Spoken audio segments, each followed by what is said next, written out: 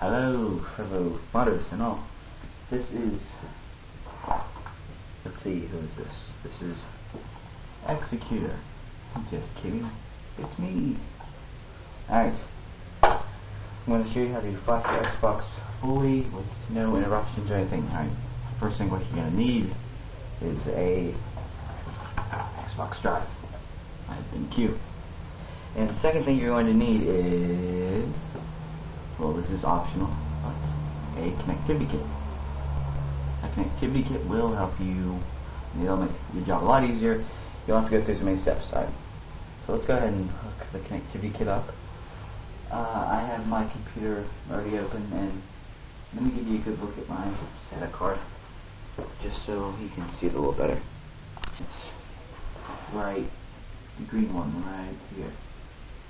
Now, people say you're not supposed to flash from this area right here.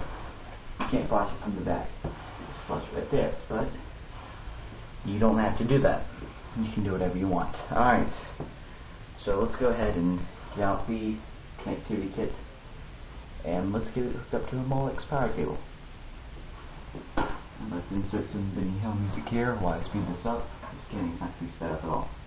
Alright, let me turn this power cable upside down and plug it in. It's a little hard to plug in. Alright, so yeah, as you can see, well, you probably can't see, let me give you a better look. Let's just get a focus on my electronics. So there's the green SATA port right under the red one. There's the cable. Let's see, where is the connectivity kit in this picture? Oh. There is the almighty connectivity kit plugged up to a mod.Links cable, which is what is needed to power it. You can see the Xbox power cables going through there, and there is the almighty SATA cable. Alright, now let's go back to setting it up. Now what you're going to do is you have a serial cable about right here that comes with the connectivity kit, and you're going to want to kind of pull it out. And now I know you cannot see how I'm plugging it in, so let's move it to a better angle. Alright, let's see. This should be good enough. Because I know there are not a lot of videos explaining how to do this, so I'm going to finally make one. Let's move it up a little bit. There we go, that's fantastic. But yeah, the SATA is right there. Let's see. I'm going to have to turn it over.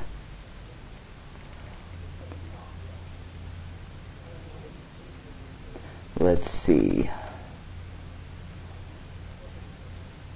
There we go. All plugged in.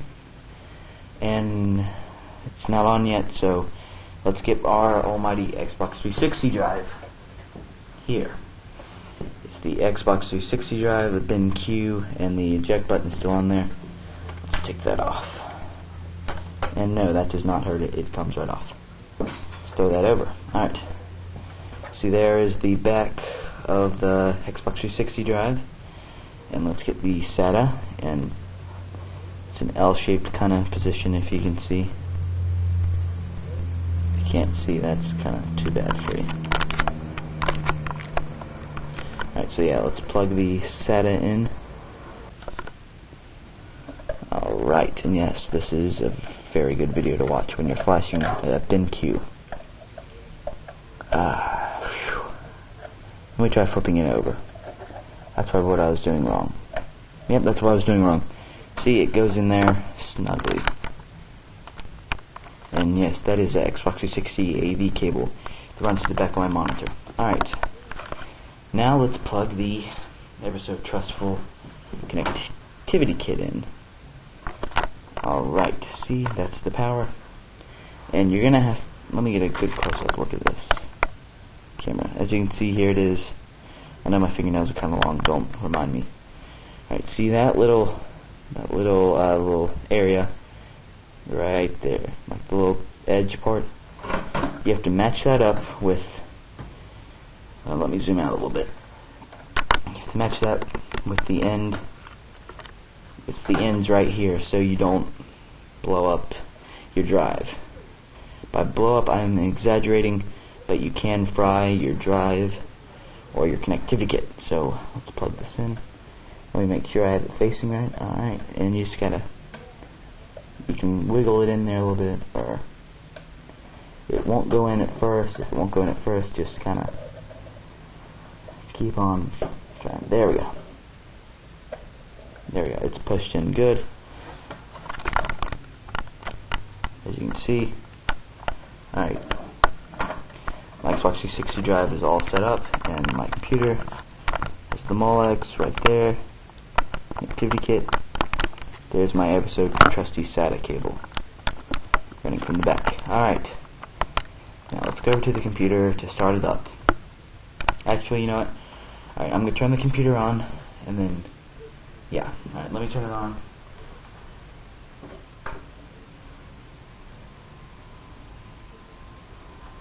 Alright, I'm not sure if you can hear it, but the computer is now fully operational, and let's position this camera a little better so we can see the beautiful connectivity kit. BenQ Executor, you're the best modders in the world. Alright, now let's kind of turn this around, and you have the on and off switch right here. Let's switch it on. And see, a blue LED light should appear once you have it on, if you have it plugged in correctly.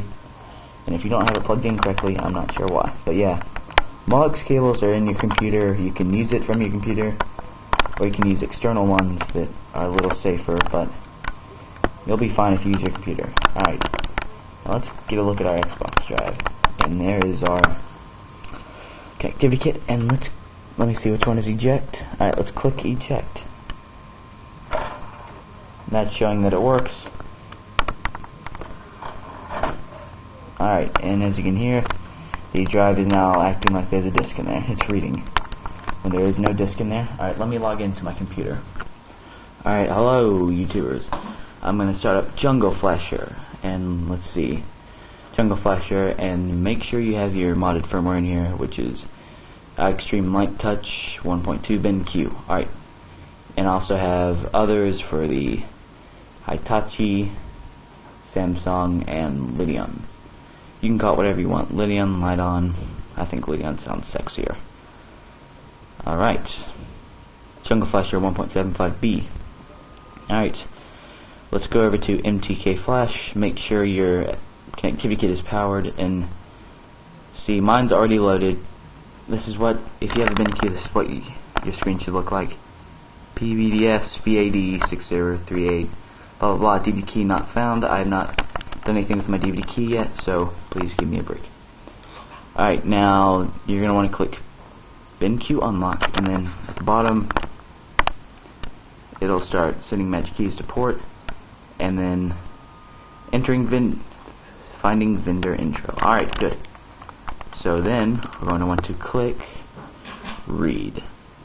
Once we click read, it's going to read the firmware reading. It's going to read all banks, which I think are 4 or 5. Maybe 6, I don't know. Then let's see, BenQ OFW. Mine is a modded firmware right now, so let's just change that to CFW and save it to desktop. Oops. BenQ firmware loaded the source buffer. Do you wish auto load iExtreme? Yes.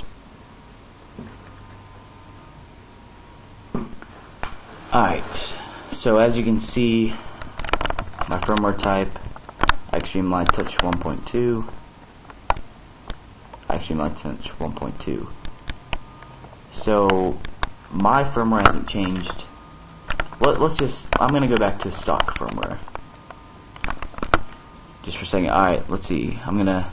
Don't do this if your Xbox is already stock firmware. So Xbox 60 Flash OFW, BenQ Brandon OFW.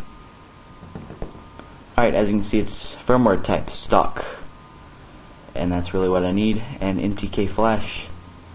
And then once you've done that, you're going to want to click write. So it's not since spoofed. Alright. No. But if one thing you want to do, spoof your target firmware. You just want to do that to be safe. I don't know why. I guess it's, well, just don't ask. Alright, then you're going to want to click right. Then look what it does.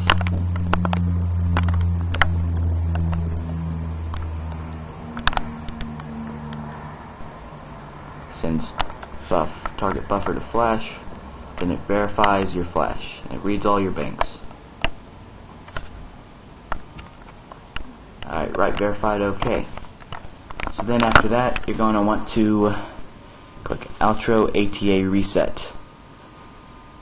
Then it is no longer in vendor mode. And then at the bottom, you'll see this. Finding vendor outro port 0x, and then drive is BenQ, which that's what my drive is. So once you've done that, you have successfully flashed your Xbox 360. But one step that I did not do was I flashed mine to stock, which if you already had stock firmware, you haven't flashed yours before, don't worry about changing it to stock. If it says, do you want to autoload iExtreme, after you click read, click yes, then you're going to want to click spoof, and then you're going to do everything after that I did. But do not worry about doing the stock thing. If you've never flashed your Xbox, it's already on stock, so you're good to go. So that is how you flash an Xbox 360 BenQ drive with Jungle Flasher connectivity kit and a SATA port.